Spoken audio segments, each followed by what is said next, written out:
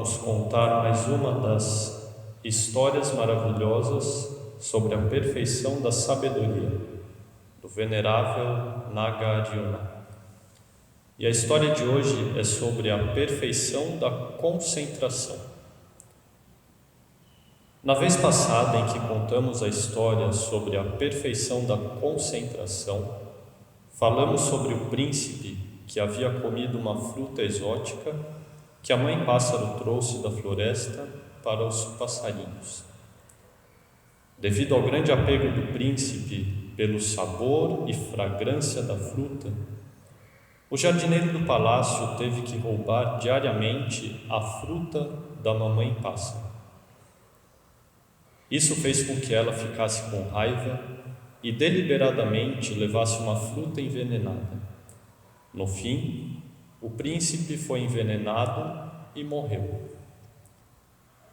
Por isso, se nós praticamos a meditação e queremos obter a concentração, então devemos reprovar os 5 desejos, pois os 5 desejos obstruem a prática da meditação.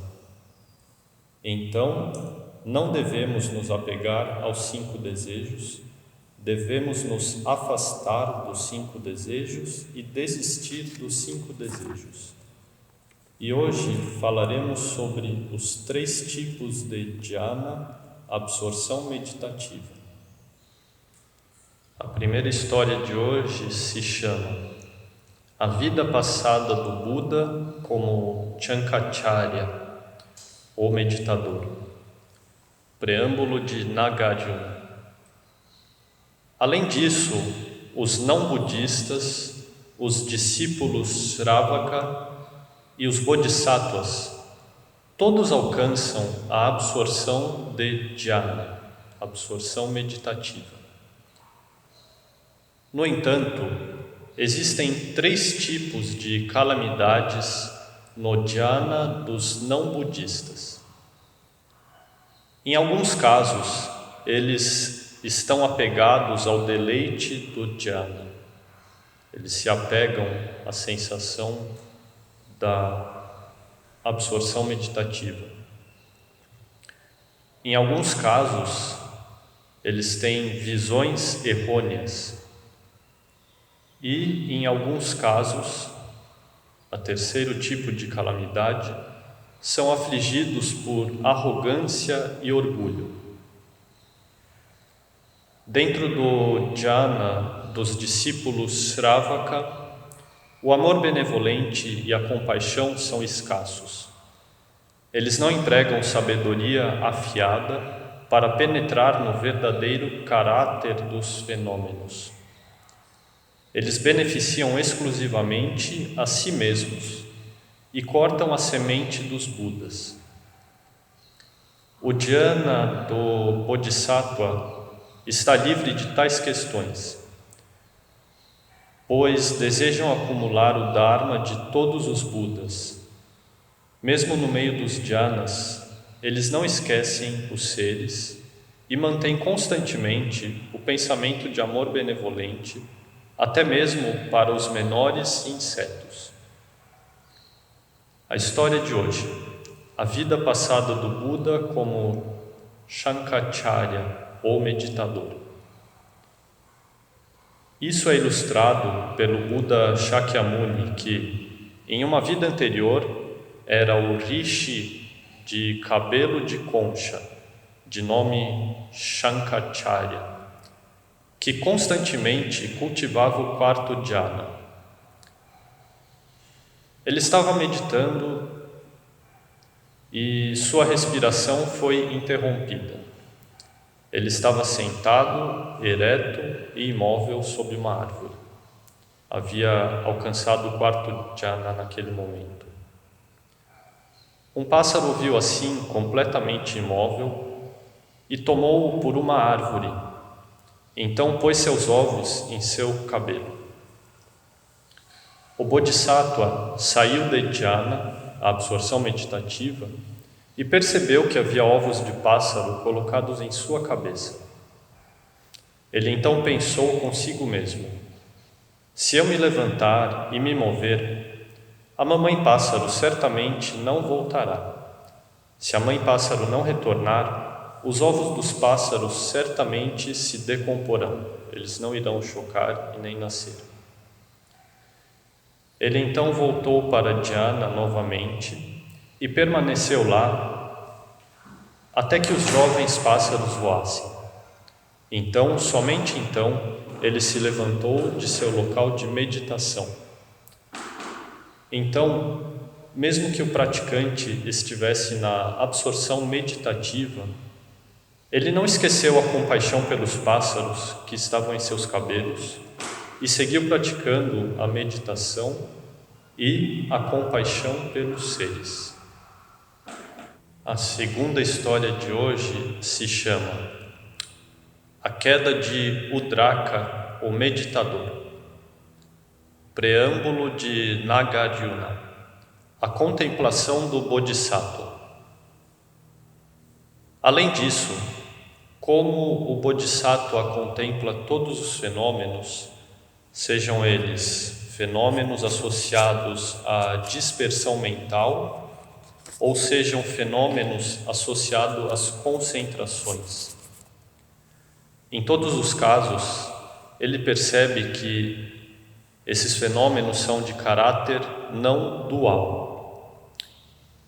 Outras pessoas se empenham em se livrar da dispersão mental e buscar as concentrações. Por que é isso? É porque, em meio aos fenômenos associados à dispersão, seus pensamentos estão carregados de ódio. Ao passo que, no meio dos fenômenos associados às concentrações, eles desenvolvem pensamentos caracterizados pelo apego. História: A queda de Udraka, o meditador. Isso é ilustrado pelo caso de Udraka, o Rishi. Ele ganhou 5 poderes supramundanos. Todos os dias ele voava ao palácio do rei, onde fazia sua refeição. Um dia, de acordo com as tradições de seu país, a esposa do rei prestou homenagem a ele, agarrando seus pés enquanto o fazia. Quando as mãos da esposa o tocaram, ele imediatamente perdeu todos os seus poderes espirituais. Inevitavelmente, ele teve que pedir uma carruagem ao rei. Ele entrou na carruagem e saiu, voltando para sua residência original. Ele então foi para a floresta e novamente buscou os poderes supramundanos, aplicando-se à prática com a mente concentrada e exclusiva. Quando ele estava prestes a ganhá-los novamente, um pássaro subiu em uma árvore e começou a piar bem alto, com urgência, fazendo com que sua mente se dispersasse. Ele então deixou aquele lugar para trás e foi para a margem do corpo de um lago e buscou praticar a meditação ali. Ele então ouviu repetidamente o som de respingos de um peixe pulando no lago. Este homem não teve sucesso em entrar em Dhyana e ficou furioso, jurando: eu deveria matar todos os peixes e pássaros também. Tamanho era o seu ódio por não conseguir novamente os poderes supramundanos. Mais tarde, o cultivo do pensamento contemplativo desse homem resultou em sua obtenção da concentração. Ele renasceu no estado de nem percepção e nem não percepção. Quando aquela vida chegou ao fim, ele renasceu como uma raposa voadora que matou pássaros e peixes, criando assim um número incalculável de ofensas kármicas. E como resultado por essas ofensas, ele renasceu nos 3 destinos nefastos. Isso é um conjunto de circunstâncias causais associadas a uma mente apegada às concentrações. A terceira história de hoje se chama Um Bhikshu é derrubado pelo orgulho por sua meditação.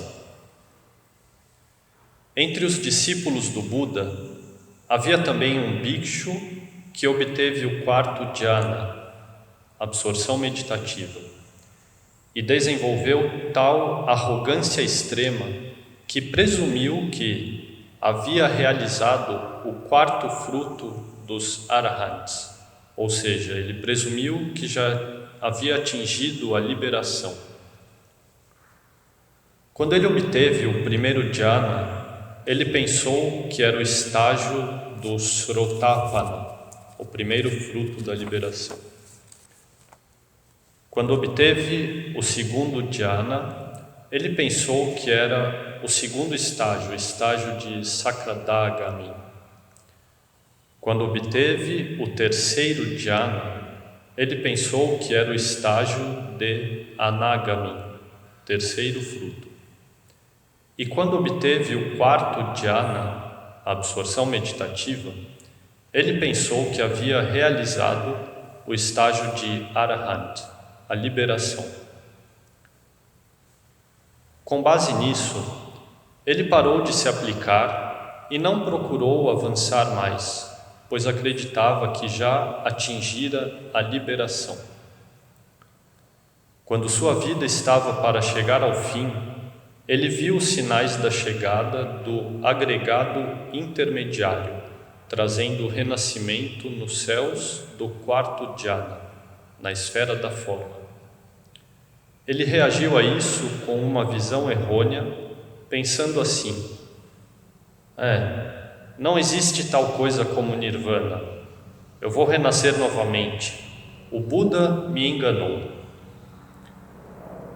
Por ter gerado essa ideia maliciosamente perversa, ele perdeu o agregado intermediário, levando ao renascimento nos céus do quarto dhyana, e em seguida viu os sinais da chegada do agregado intermediário associado aos aviti, os infernos ininterruptos. Como consequência, quando sua vida chegou ao fim, ele renasceu imediatamente nos infernos aviti. Os bhikshus então perguntaram ao Buda: quando aquele bhikshu, o Aranya que morava recluso, morreu, onde ele renasceu? O Buda disse: este homem renasceu nos infernos de Aviti. Os bhikshus ficaram muito surpresos e espantados. Ora, este homem sentou-se em meditação dhyana e manteve os preceitos. Poderia ser esta a base para tal circunstância? O Buda disse: este homem era extremamente arrogante. Isso aconteceu porque, quando ele obteve os 4 dhyanas, ele acreditou que realmente tinha realizado o quarto fruto dos Arahants e se liberado. Então, quando sua vida estava chegando ao fim, ele viu os sinais do agregado intermediário do quarto dhyana e gerou uma visão errônea, pensando: não existe nirvana, eu sou um Arahant e ainda assim, agora estou voltando para nascer novamente. Os ensinamentos do Buda são falsos e enganosos. Nesse exato momento, quando ele teve esse pensamento, ele viu imediatamente os sinais do agregado intermediário dos infernos de Aviti. Quando sua vida acabou, ele renasceu imediatamente nos infernos. O Buda então pronunciou um verso dizendo: alguém pode ter muito aprendizado, manter os preceitos e praticar meditação. Enquanto ainda não tenha atingido o Dharma além do fluxo de impurezas, o Dharma do incondicionado, embora alguém possa ter essas qualidades meritórias, não pode confiar nessas coisas, pois não tem o incondicionado como base. Discussão da exegese final. Este bhikshu passou por esse sofrimento em destinos nefastos. Pode-se perceber com isso que, se alguém se agarra aos traços característicos da dispersão mental, essa pessoa pode desenvolver pensamentos cheios de ódio e outras aflições semelhantes. E se alguém agarra as características associadas às concentrações, então desenvolve apegos baseados nisso.